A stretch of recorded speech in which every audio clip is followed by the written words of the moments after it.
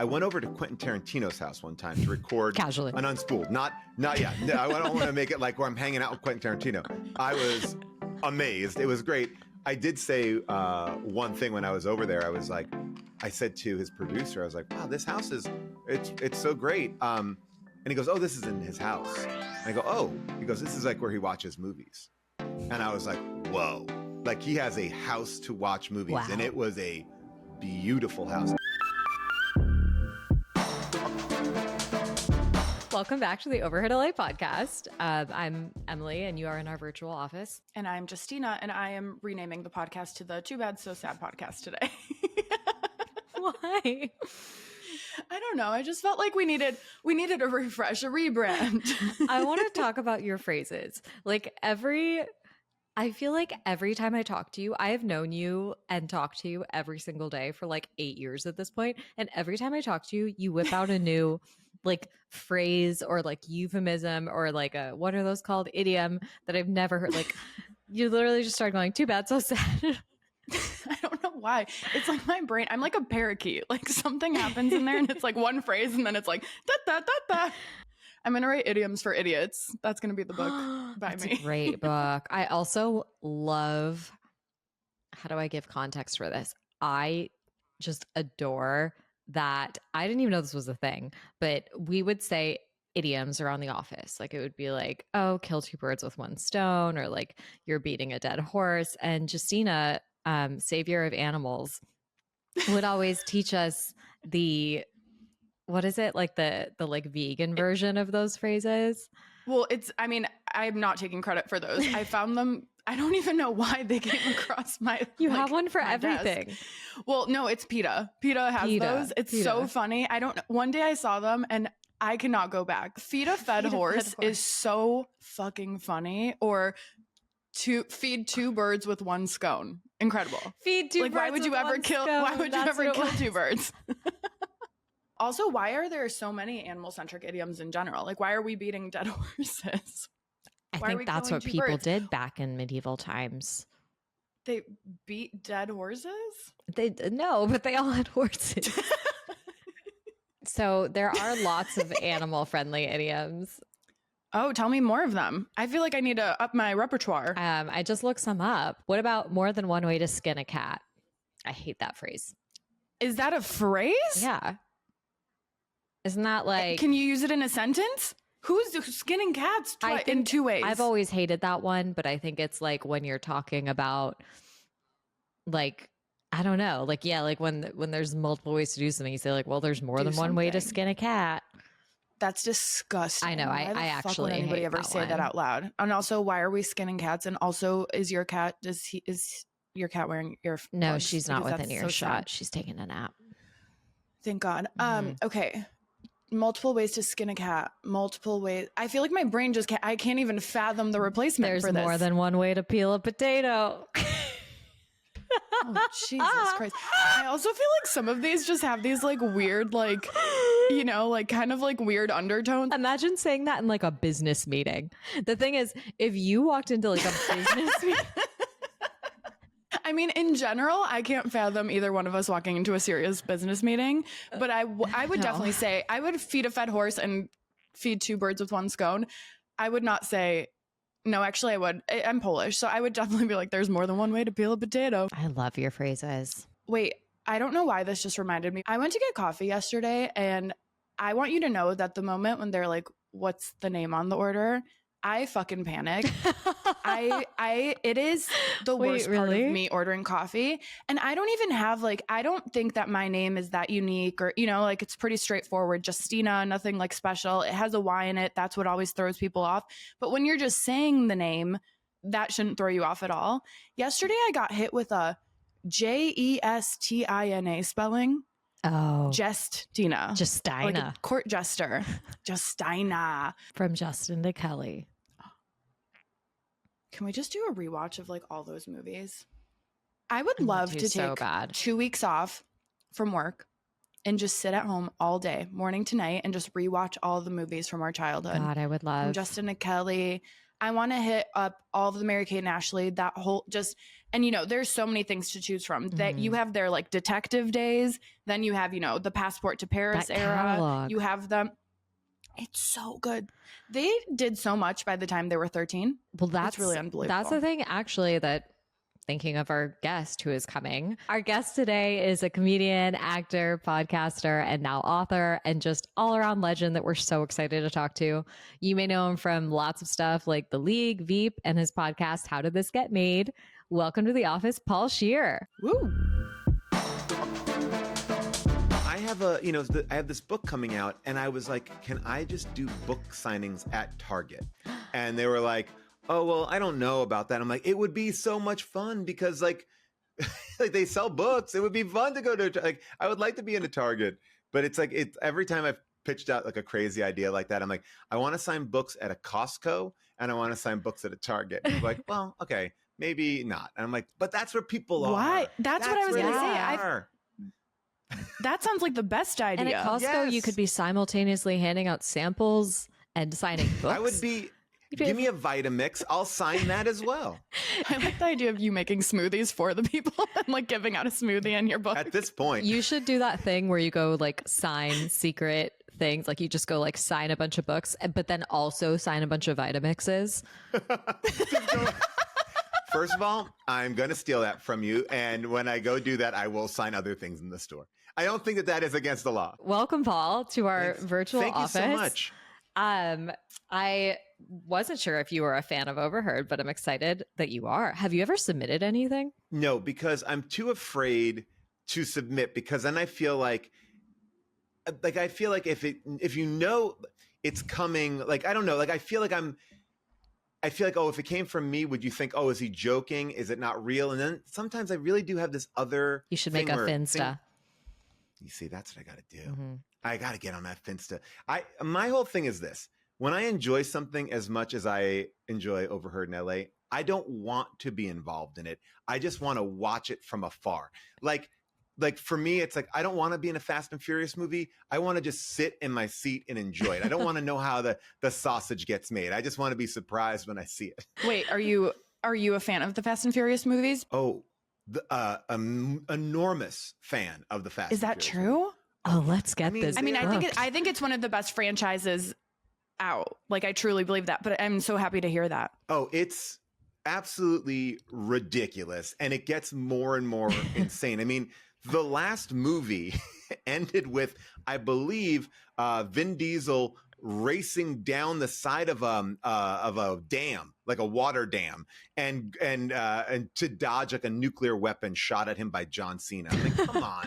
Wait, which one are they on now? They're on like, they went to Roman numerals or something. 10 part 1. Wow. You're joking. No. Is there a longer running like sequel franchise?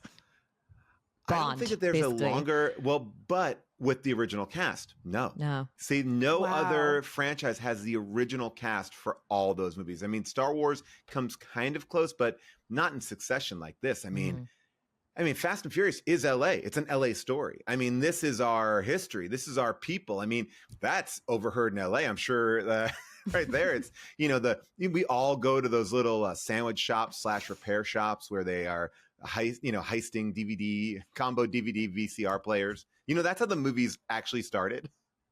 With Like them in real It was so life? long ago. I don't remember. They were stealing VCR and DVD combo TVs. That was the original heist. Like, I need to Wow. rewatch the whole franchise now. What I a need way to rewatch like immediately. What a way to like date a thing. like their big score was a Was a truckload VCR. of VCR / D, and that was the cool thing to have. It's like, oh yeah, I still respect my VCR, but I also am upgrading to the future with my DVD. Do you have one? Do you still have a VCR? I actually do, because I feel have like a it's like you lot. should sacred, like hold on to that. You can't get one anywhere. Yeah, I know, and they're really expensive too. I went over to Quentin Tarantino's house one time to record Casually. an unspooled. Not yet. No, I don't want to make it like where I'm hanging out with Quentin Tarantino. I was amazed. It was great. I did say one thing when I was over there.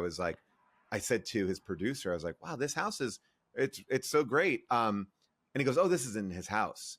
And I go, "Oh," he goes, "This is like where he watches movies." And I was like, "Whoa!"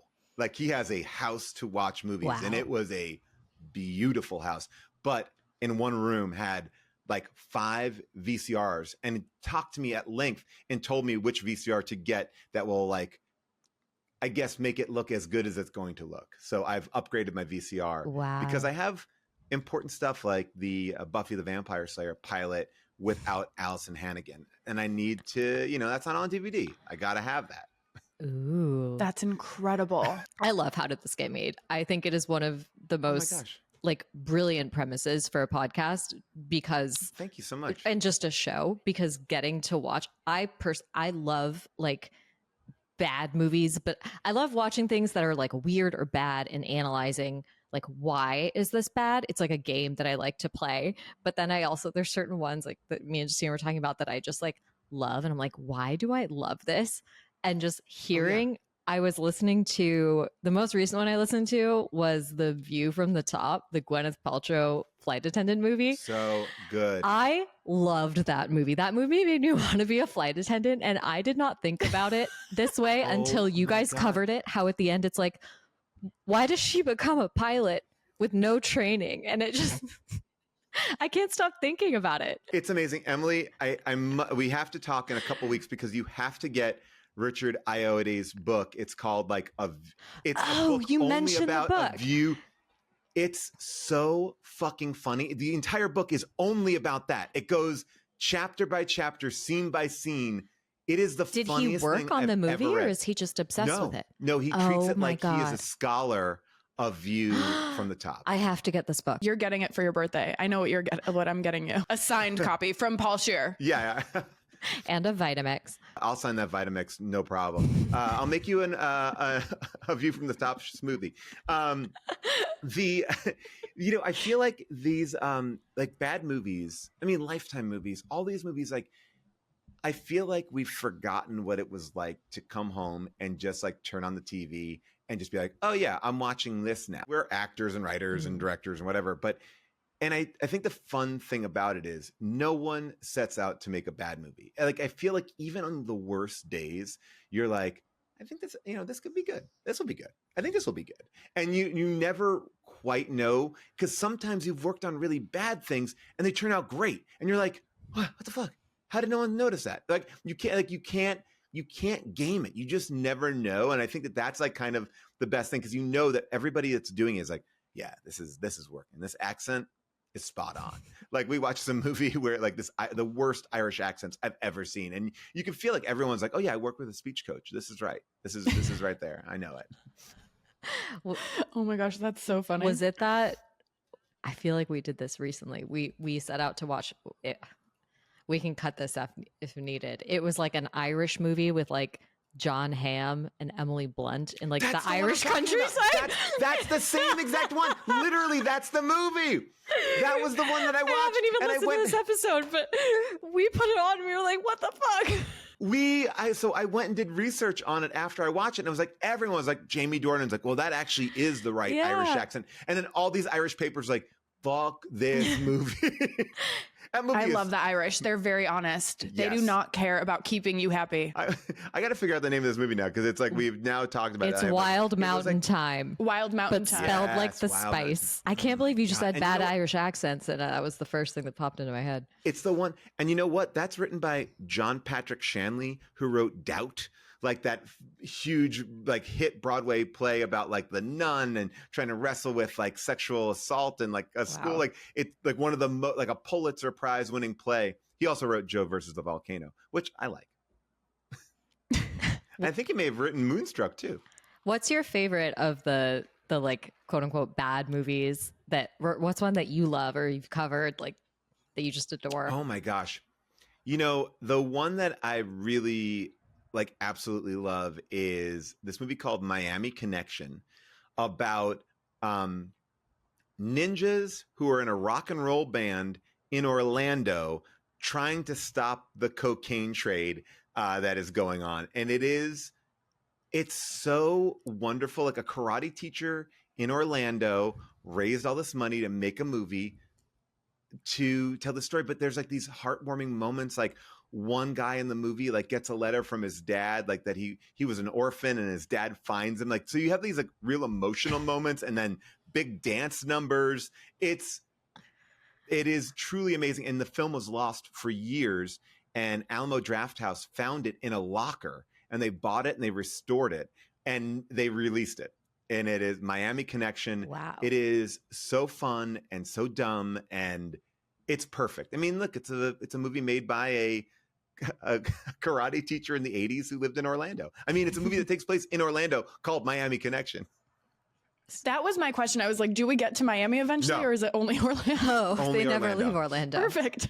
No, we never get there. We never get Wow, there. that sounds like You guys, as somebody who grew up in an immigrant household and like we did not watch a lot of movies growing up, which I was saying that I'm nervous about this episode because I feel like the two of you are like so in the know about movies, and I'm like, I've watched 3 movies in my lifetime, I think. I now have a plethora of movies to start watching. Well, I mean, these are really going to sway you. I will say this. These are really going to turn you Into being a movie watcher. Yeah, this might actually make you feel like, oh, I'm glad I didn't ever watch the movie. And look, I've been in some bad movies. I was in a movie called Piranha 3 Double D, which was a sequel to Piranha 3D, which I do stand by as being a great movie. Wait, I what didn't makes realize it- they went to Double D. I heard of 3D, not Double What D. makes Well, it I double mean- D? I think really just that it would be clever. Like, I mean, like that is like that they were like, there'll be more boobs in it. Yeah. I think that was the goal. But like the first movie definitely is like it is in 3D. People are getting eaten alive. It's really fun. It knows exactly the tone it's supposed to be. The second one, it's about piranhas getting into a water park, like wave pools and like water slides. And I go there because my character who survived the first movie, I'm like, you know what? I just need to relax. I just need a relaxing day. And me and Ving Rhames go, because Ving Rhames and I were the 2 people who You survived. just had to the first relax movie. over your trauma of the first movie and Yes. go to a water park filled with piranhas. And then, of course, it was that day. And unfortunately for me, Ving Rhames, when he got his legs eaten off, he replaced his legs with shotgun legs. Mm. So when the piranhas start coming, he's able to cock his own legs and shoot those fish with a shotgun. The only thing I would say about Ving Rhames that struck me as odd is he's a very talented actor. And he was insistent, and I believe he's Juilliard trained. He was insistent on like he's in a wheelchair. I'm pushing him around. And when I have to like pick him up off the wheelchair, he definitely like acted that as if he had no ability to stand or anything. So I had to try to pick Ving Rhames out of a wheelchair. So what you see in that movie is a real struggle. Like he definitely went method in that moment to be like, you got to get me out of this wheelchair. So I did incredible. grapple with Ving Rhames to get him out of there. Now I want to watch this I movie. love that. I know. You guys, I'm making a watch list for myself Yeah. after we get off the phone here. Please watch Piranha 3D first. It's a spring break movie. You will love it. I think you will love it. It's super, super fun. Like I stand by that one. It's Elizabeth Shue, Adam Scott, Ving Rhames. Oh, come on. me, That's so fun. Yeah, it's a great. Then we it's a go to great Double cast. D. Then you go to Double D, Yeah. and you could fast forward around. What is your actual favorite movie? Like not favorite bad movie. What's your favorite movie as in general? Oh man, I think there are these movies that I'm always trying to think about, like, because there's that answer where people go like, oh well, I love Kubrick. This is my favorite movie. And it's like, yeah, but how many times have you watched that movie? Like, really, like how many times have you sat and watched it? And I feel like for me, the movies I probably watch the most is like Planes, Trains, and Automobiles. I love that movie with Steve Martin and John Candy. And I really, really love Ghostbusters, like the original Ghostbusters. Like, just because whenever they're on, I really love them. I can't just be like, oh yeah, when Godfather's 2's on, I got to sit down and watch it. Like, I mean, I think it's great and I'm sure it is great, but it's like, it doesn't bring me like comfort. Like we were talking earlier before, no one will know this, but we were talking about our love for Target. And I feel like Planes, Trains, and Automobiles, like John Hughes movies to me are like that. I'm like, ooh, I feel safe here. This is nice. Like I want sitting in a this. Like, Target. yeah, Mhm. that's what I want. I mean, I don't know. What about you all?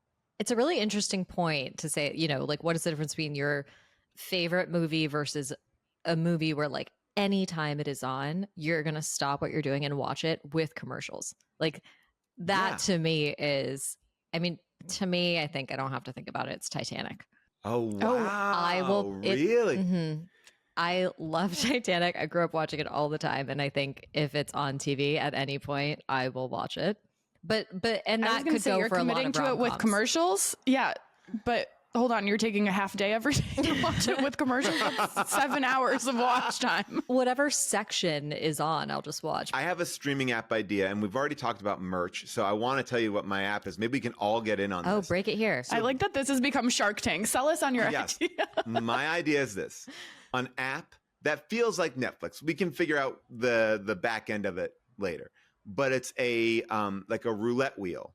So you pit it, and it just bam, and that it's like watching TV. You don't know what you're gonna get. You're just gonna get something. It's gonna start, and I feel like it would give you that idea of like TV. So it wouldn't be like you have no control over it. The app picks it for you. Oh, Like that's just goes like fun. you're just in. You're like, oh, Love is Blind, great. I'm watching Love is Blind.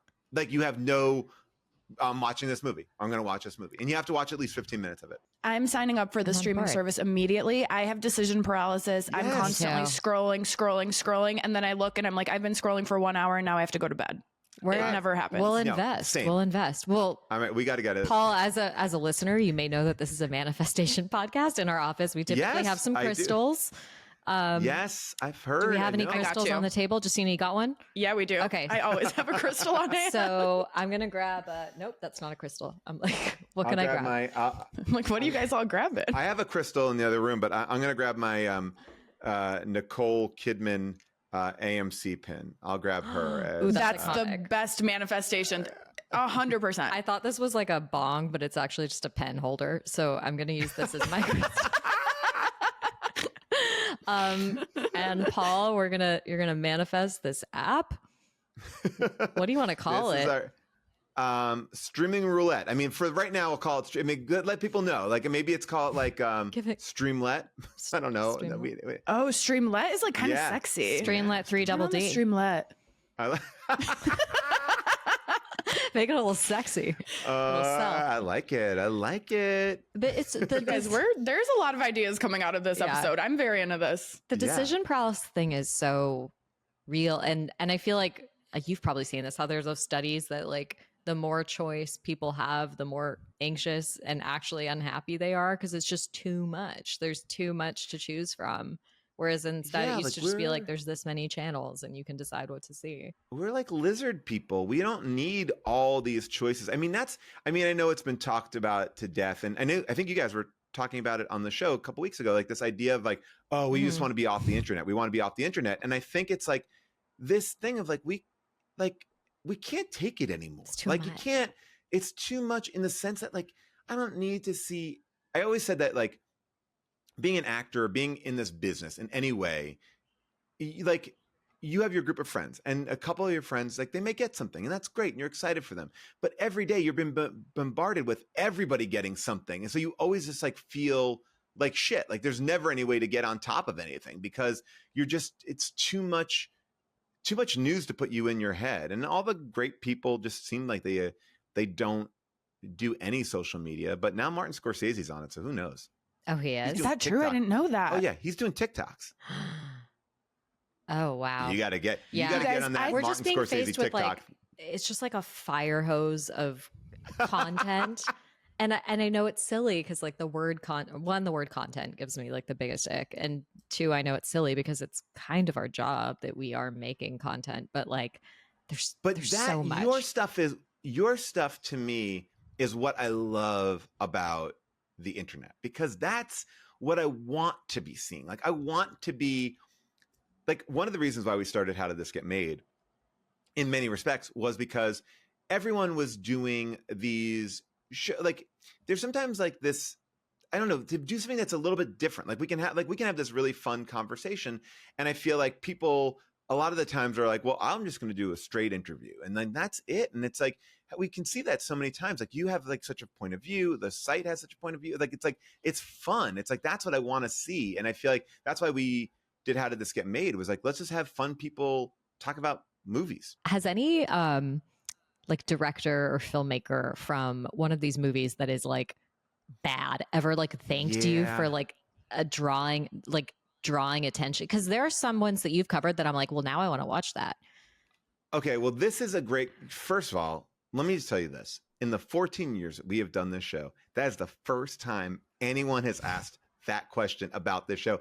And because what people normally say is, oh, has anyone like gotten mad at you? And that the answer to that is no. But what you just said is what actually happens all the like time. And no one ever asked that. Yeah. Like people are like, I'm so glad that you talked about this movie because it was a nightmare. I don't want to like call out people because I'll be a little bit protective of them because I don't know. Because it is like a family. Like I've worked on movies. I don't want to shit talk on anybody, but like people are like, oh my God, I listened to that. I was there. Like I just did this movie with Susan Sarandon and I saw her at the premiere and I wasn't on set with her and they were introducing me to her and, she's like, have you done my movies? Have you done my movies? And I was like, in my head, I was like, I couldn't remember if we had. And she's like, I've done some bad movies. You probably have done one of my movies because we all know, well, like you has. all know, like yeah. I think you're like resurrecting them sometimes. Like you're getting people to discover that. And then that's, if I had made a movie, So, I do want to talk about your book because we are very excited about this book. Tell us about, I mean, I know that setting out to write a book and obviously doing Kirkland and Target signings is the goal. I mean, that's the goal. It's called Joyful Recollections of Trauma. And you can get it now. You can get it whenever. Apparently, buying the book before the book comes out has been a big, giant thing, which is hilarious to me. Yeah, pre-orders are big. Yeah, it's crazy. Yeah, it's like I have a chart on my wall looking at pre-orders. I'm like get anxiety over it. But yeah, I really like I've been doing How Did This Get Made for so long and telling these stories about my life.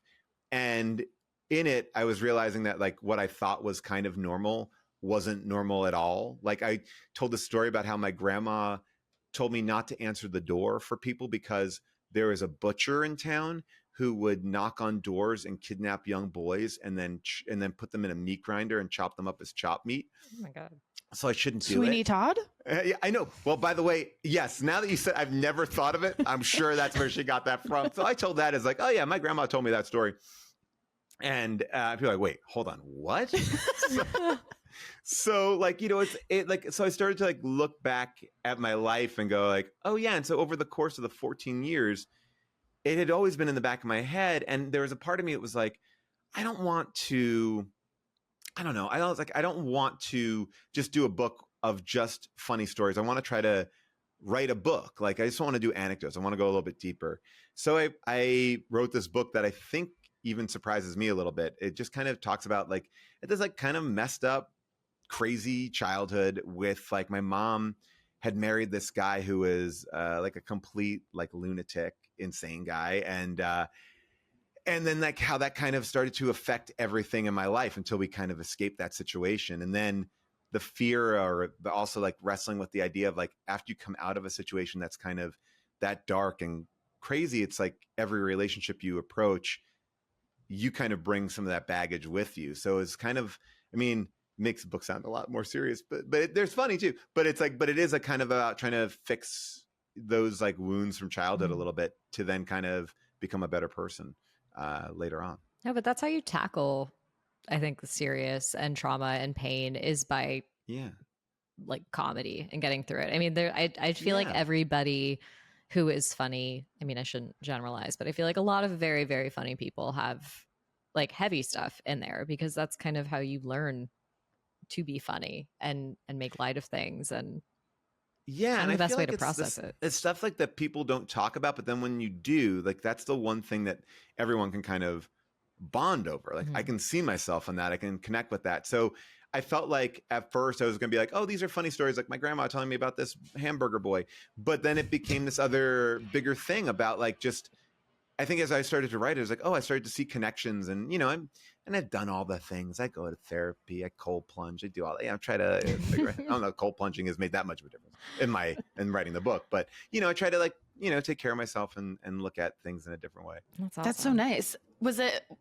Did it feel pretty cathartic writing it? Like what was your experience in writing? Did it feel the way when you set out to write it, did you end up feeling the way you thought you were going to feel? This is therapy. You know, this is it. Yeah. I think honestly, I'm really happy that I did do therapy and I still do therapy while I was writing the book, because I think there are certain things that should be left behind a closed door with a person. And then there's certain things in a book. Like I've read a handful of these biographies. And I'm like, oof, all right. That was not for me. Like, not like, it was like, that should be private. Like still, like, people are still wrestling with stuff. Like I don't need to do therapy via the book, but I think what I found was like a narrative that I wasn't necessarily aware of. Like, I think I couldn't have written this book before I had kids. Like, and cause I was like, all this stuff came up for me when I had kids, like looking back at my life a little bit differently. Like I was like, oh shit, now I'm looking at these little guys who are reminding me of me.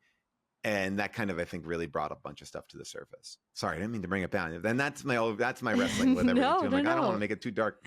We want to talk about it. How often do you cold plunge, and does it work? Oh, I'll tell you, every single day. You do it every day? Do you have one in your house? Day. I do.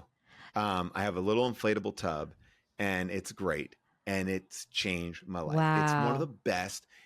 Now I know everyone fucking in LA talks about all this bullshit, but I love it. It's really great because I think what I love about it is I never want to do it. It's always terrible. But if you start off every day or once a day, you do something that you don't want to do and you succeed in doing it, you can tackle anything. Do you do it every morning? Like, what's your routine? It depends. Sometimes I'll do it after I work out. Sometimes I'll do it in the morning. Sometimes I'll get it in when I can. I find that sometimes if I'm going out at night, that's the best time to do it too, because it sort of like gives me like a perfect second wind instead of that 4 o'clock. Yeah. Oh, like coffee, instead of a little disco nap. Yeah. Ah. I need to like kind of like reboot. And apparently it's like better than ADHD meds. But here's the thing. All these people that get online with their fucking, I'm down at 32 degrees today. You don't need it. All you need is anything below 59 degrees for 3 minutes a day. Or at least 6 times a week or 5 times a week, something like that. It's like 59 degrees, 5 times a week, 3 minutes a day. Like that's where the studies have proven it to be effective. If you want to knock it down to 32 degrees, great. That's cool. dramatic. Good on Okay, you. thank you for being reasonable, because I do feel like all of these people are like, you have to go into sub-zero conditions to like feel this. And I'm like, that feels awful. And I don't want to do that. I've done it It's like once and I did it. Well, I did it for our account. I did it for content. Like I had to go do it and film it for the first time. And the 3 minutes, I'm impressed. I do not like being cold, and I have not done it since. Okay. But I would like to build up to that. I don't like being cold either. It's not something I like to do. But that's the whole point. I will tell you, it's not something you like to do. That's the whole point. You're pushing yourself through it. Right. And it's like, if it gets comfortable, then it won't be good. But this idea, like I can tackle hard things, and it becomes for me like a place where you can meditate a little bit, because you can, wait, what just happened? You guys, I'm so sorry. I know Justina did a palm tree fall down outside. I need you guys to know. No, it's not even a joke. Like half of the palm tree just fell into my balcony. Oh my God. I mean, we can say like this is an LA podcast. I feel like we should let everyone know. No, the Santa Ana winds are blowing right now, and you can hear it. When we pause, I will show you guys. It's the scary. There's a tree in my balcony. This is the craziest thing I've ever seen. Are you safe? Oh, I saw your face and I heard it. I'm sorry, guys. I know that was distracting, but that was I've never seen anything like it. I now have new balcony decor. This is like live. This is weather. This is, this is it. Reporting. We're talking about all the stuff. We're not in some fancy studio. We're coming to you from the real Los from Angeles. the streets of LA. Does June, your wife, does she do the cold plunging with you, or is she like, hell no? She started it and then she stopped. That's my girl. You'd think that because my favorite movie's Titanic, that I would enjoy it more. I mean, that would be perfect. Why don't you just put on that Celine Dion song while you're... Here's what you could do too. Like lowering myself in. Yeah. Like, you could do it in the shower. I mean, the shower is kind of like the best way to, I find the shower to be more cruel, because it's like, at least I'm submerged when I'm in there. It's like but the shower, after you take your nice shower, you're all ready to go. You just crank it over to that cold and see if you can just take it for 2 minutes. Yeah. 2 minutes is too long. I started doing that I do that purely for my hair. Yeah. Exactly. I think we do it for our hair to close the cuticle or whatever we were taught. 2 minutes sounds treacherous. I would actually pass away, I think. Because it's hitting your face. It's the whole... It's not fun. It's not good. But then once you do it... I'm kind of convinced. Like after a week, you'll be like, all right, all right, it's not bad. It's not bad. It also look good for your skin. You get in there, and like it just pops you out. It's good. We're gonna bring one on Yeah. the pod. We're gonna get a tub and we're gonna do it live. Emily, I'm going to bring a little piece of wood and see which one of us holds on. We're going to really Titanic this shit. I need to see this. I cannot wait for this. We're both gonna This fit is on going to the be door. Overheard LA pod after dark. I'm only gonna do it if you play Celine Dion through the entire thing. I'm going to sing Celine Dion to you, baby. So this is definitely like the most LA thing about you. Yeah, I mean, I got a lot of LA things. I mean, look, I was married by an astrologist. I mean, look, there you go. What? Yeah. Yeah.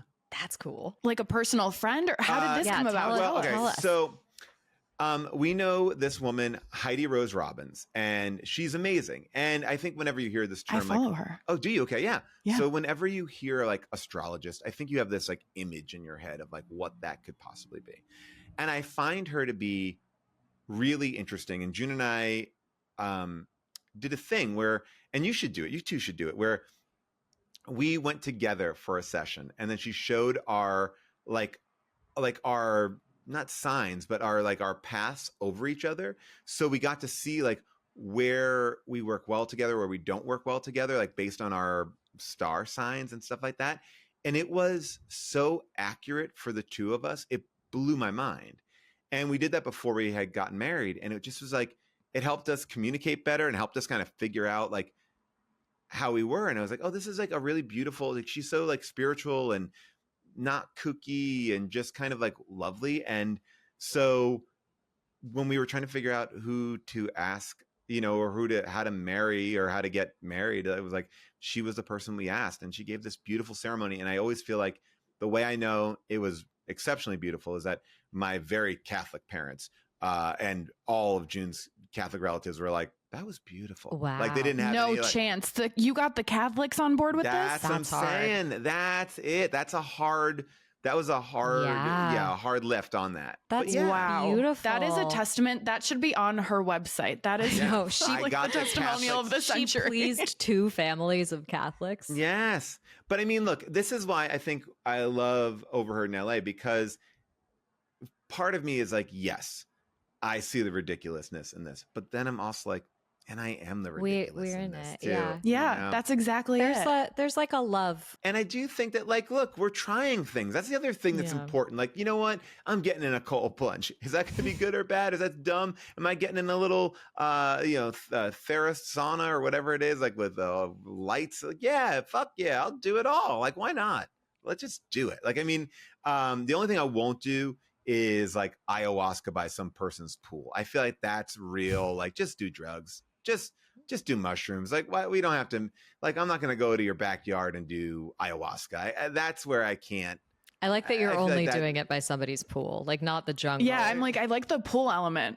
I know I've heard it, like so many people are like, oh, it's really beautiful. They have like we go up to Ojai. I'm like, fuck that. Go to Peru. Do it the right way. I don't want to I don't want to do ayahuasca in an afternoon. Like, yeah, I'll get there at 8. I'll be able to pick up my kids by 3. Yeah, You know no. what I mean? Like, I don't need Hell that no. shit. I'm like, let me go for a week, dude. I'll puke all shit. I'll do all that stuff, and I'll get out of it. I want to retreat out of this. I want a vacation. Wait, what are Yeah. your star signs? Really quick. I am. Oh, I have it. I am an Aquarius. I actually can tell you exactly, but I'm Aquarius. I forget what I have rising. June is a. I know she's Scorpio rising, and she's born January 2nd. So she is. Cap. I forget what Capricorn. Yes. Yeah, Cap with Scorpio rising, and I am. I literally have. I saved don't it know in, the like, rising things. Actually, I'm not very good at it. Okay. I just know the basics. Okay, because that's. I mean, that's all I got. Then that's what I got for you. I'm Aquarius. Good to know. I mean, I try to, I don't know what that means always, but I look at it. June hates that she's a Scorpio rising because there's bad things with Scorpios. So she, I'm a Scorpio. I'm a Okay. Scorpio moon, and it's tough times being a Scorpio. No, you're Yeah, you're right, just like- a Scorpio. I know. I said Scorpio moon. Oh, that's does what that mean that's like. your It's main? It's your yeah. main plate. Sorry, sun. Scorpios get a lot of shit on Overheard LA and in general, and it's always really funny because Justina's a Scorpio, but they do get a lot of shit out of all the signs for sure. It's the only sign that gets submitted to us on a consistent basis, just getting absolutely annihilated. people won't every date time. And the them. problem is they're right. They're correct. So like, it was so funny. I got June this necklace, right? And I know that she was a Cap, but I believe that like what's kind of amazing about my wife is that she is this Scorpio. And I was like, that's what like that is you. Like, and it's awesome that it's you. Like that's the what I think where your power is. So I got her a Scorpio and she was pissed at me. She was like, I am not this. I said, but you are. Well, she doesn't want to be perceived as a Scorpio. Yes. That's what it is. So then I had to get her it. a Capricorn one, but then she came around to that. Now she wears them both. So they're both hanging. Or maybe right there. she's a genius and it was her ploy to get 2 necklaces because I'm kind of into that. Which is a very That's the Scorpio thing. to do. yeah, that is. There you go. See, I was played with you before this. We should also say we're huge fans of your wife. I feel like she keeps coming up. Yeah, like, yeah. Yes. huge fans. I'm huge fans of my wife too. She's amazing. And I write about her a lot in my book. She's awesome. She's like, she's the best. We've been together for such a long time. Like we got together in like 2005. So we're almost like coming on 20 years, which is It's insane. Feels like that was 5 years ago, but okay. Especially I know, right? in Hollywood, that's like triple, I would say. Like I just think like you get to triple that time in Hollywood. All right, I'm going to take it. Yeah. How did you guys meet? How did it happen? What's the cute story here? So, yes. So June and I met very casually. She was doing a show with Casey Wilson. It's called Rode Hard and Put Away Wet. And they were looking for people just to give them like some notes on their show. It was a really funny show, but they were like just kind of taking meetings with people to see like who could help them just get it even to a higher level. And so we met backstage and Casey was so nice and effusive. And June like couldn't give me the time of day. Like she was like, got it. And I was like, oh, I'm just coming back to say hi because we're going to meet, in a couple days. I just want to say hi. The show's great. Just gave me like this energy of like, hey, no chit chat bullshit. I'm out. And I was like, all right, wow. Okay. So I was like nervous about her because I was like, oh, does she like me? Like even in a human being sense. And then we met up to talk and we had both just gotten out of these like long-term relationships and we immediately kind of connected on that. And I felt like there was this cool connection between us. And then it was about a year and a half of like just kind of sussing each other out. We would see each other. We dated other people. We like would go, like we would find ourselves at a bar. We'd see each other, like go hang out, go to a second location.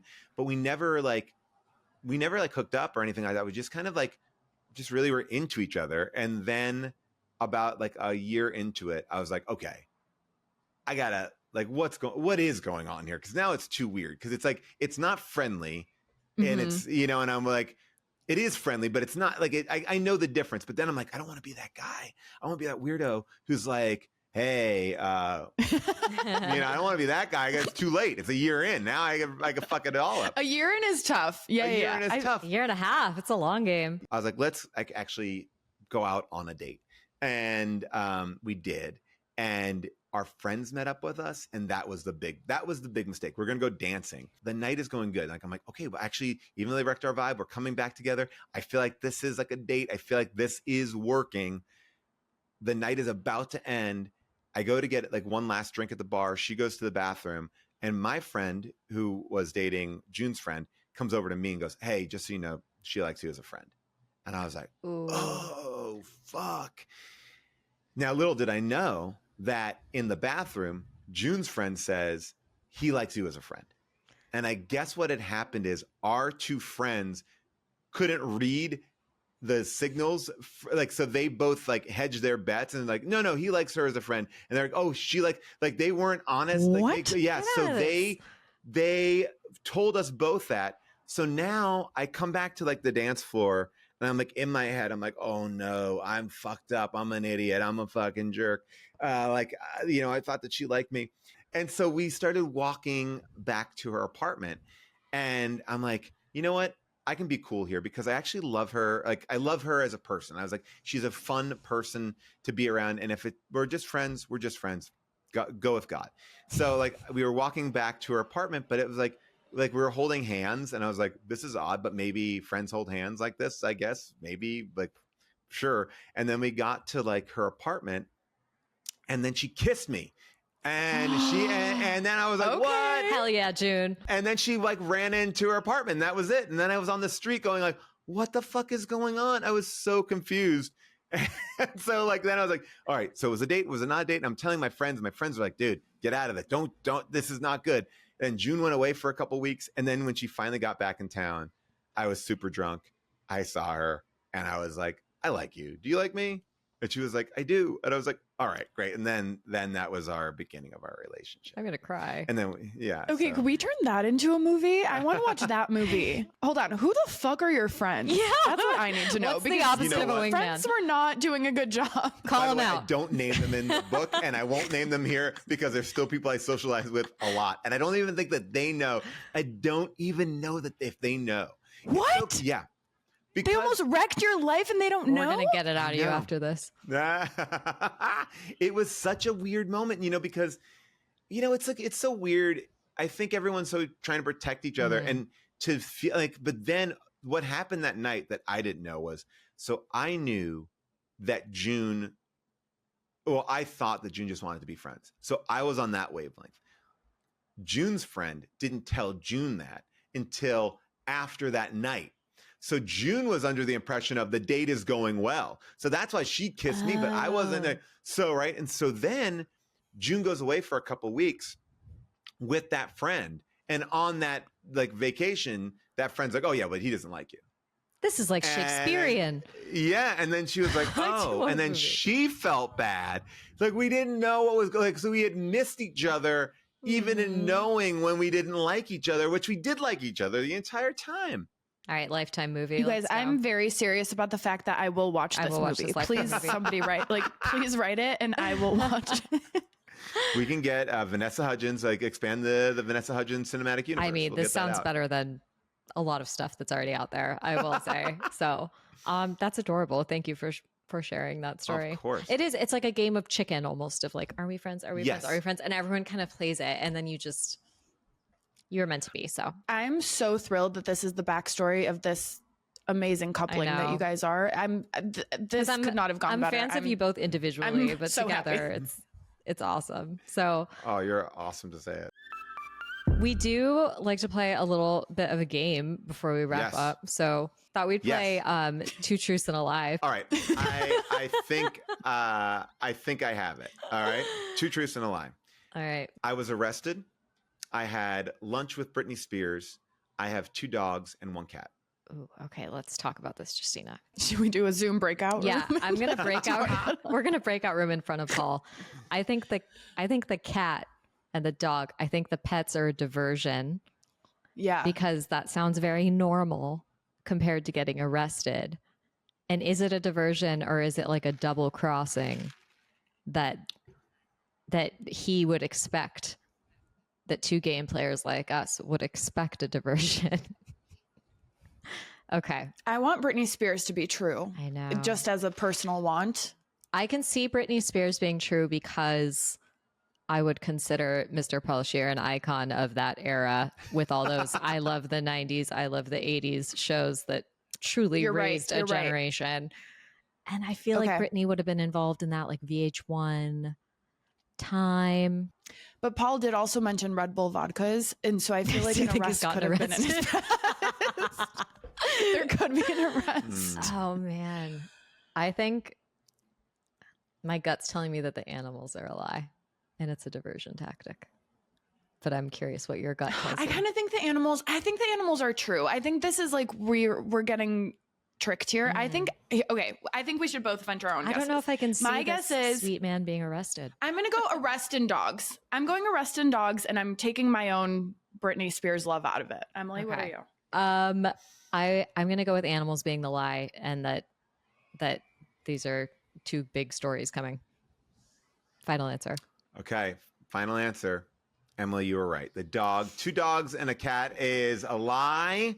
I have a dog, a brand new dog. We just adopted him. Tell us what kind. yeah. What's the name? So his name is Bingo. Our Oh, other dog, cute. Meatball, just passed away a couple months ago. Oh, I'm so sorry about sorry. Meatball. Yeah, thank you. Meatball was a good guy. Okay, now Sergeant tell us Meatball. why and how you got arrested. Okay, I got arrested on the set of Piranha 3D. Shut up. Yes.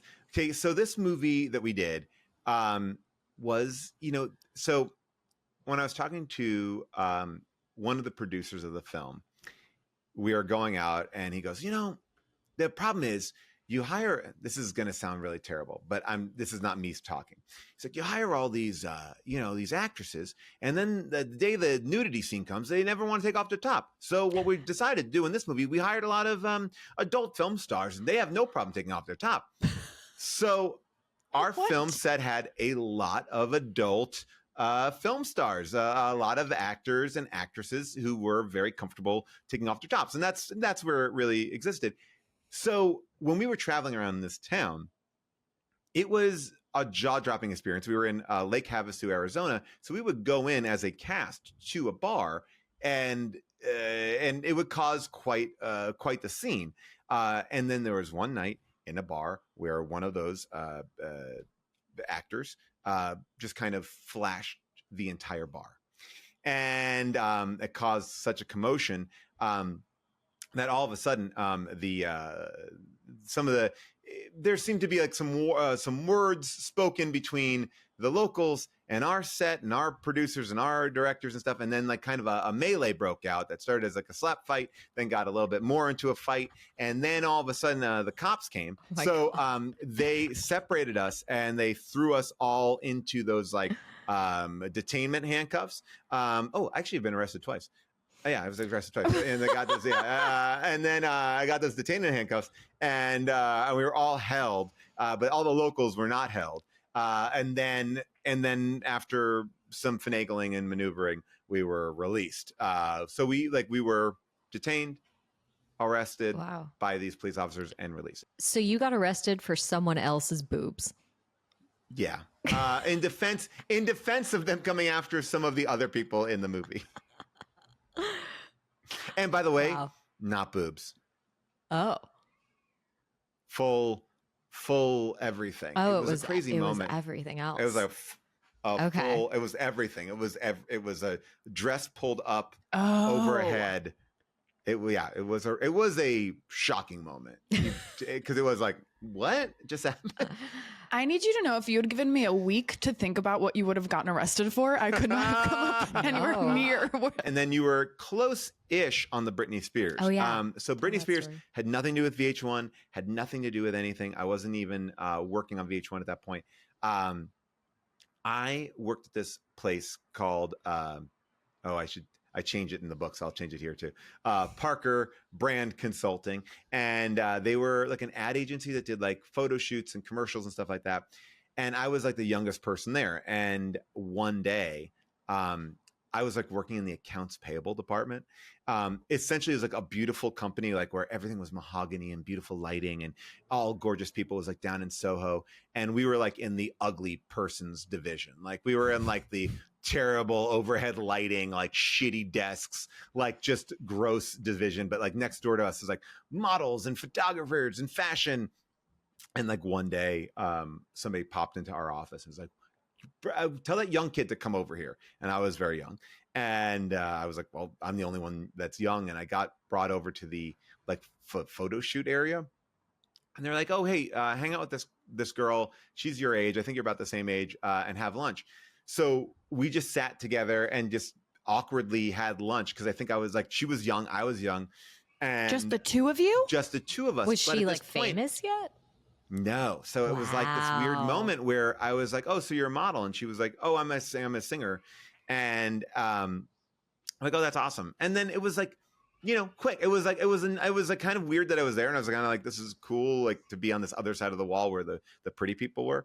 And then I went back, and then like months later, like I was at home, and like Baby One More Time like popped up on the. I was like, oh, this is pre-Baby One More Time. I had lunch with her. Wow. Yeah, that's the girl. And I ran back to work like the next morning, and I was like, I'm pretty sure I had lunch with like this person, Britney Spears. Again, because at this point it was not like. Yeah, I wrote down her name. Wow. It's Britney Spears. So I went like through the filing cabinet to find the contract because we were in accounts payable, and it was Britney Spears, Tommy Hilfiger. I think I still even have that like contract somewhere. That's like, an incredible story. I just read her book, and this moment was not in it. I did too. So I know. I can't believe it. I'm sorry you didn't make the cut. It's the editors. The editors cut it out. Yeah. It was By the definitely way, in there. I've read a lot of celebrity bios as I was like writing mine. Can I tell you the one that I loved? And I don't know if you both read it, but the Paris Hilton one is awesome. Oh, I haven't. It's Yes. great. It's harrowing. And there are things just like the Britney Spears one where she's like, she glosses over some major shit. Like she's like, oh yeah, that was nothing. I'm like, well, I think that was a little bit more than something, you know, but it's a good read. I was surprised at how good it was. Ooh. I read that one. List. It's really good. I have it. I can lend it to you. Please. I Thank didn't you. like Book club. Britney's Celebrity Book Club. yeah, I'm all in. I'm in the middle of Barbara Streisand's audiobook. It's 48 hours long. Is it read? What? Is it read by Barbara? Hours. Yes. Oh wow. Yes, indeed. And it is amazing because it's like the book is 2,000 pages, but she clearly goes off on tangents all the time. Like she's like, you know, and a dentist was on 72nd and 1st. Oh, I love going over there. They have beautiful trees. The benefit of writing a book is like you can go off on those tangents and you go back and like, oh yeah, this doesn't need to be here. Like but she goes, she's like talking in the book and she's like, you know, and it's like about like A Star Is Born. She's like, you know, and you know, I'm working with Chris Christopherson and they have these delicious brownies. You know, I don't like that they don't put walnuts in brownies anymore. To me, brownies need walnuts in them because that's what makes them crunchy. And, you know, and sometimes I'll carry a walnut with me and I'll shove it in that brownie. I'm like, what is happening? I'm like, this is clearly not in the book. You did not write about this.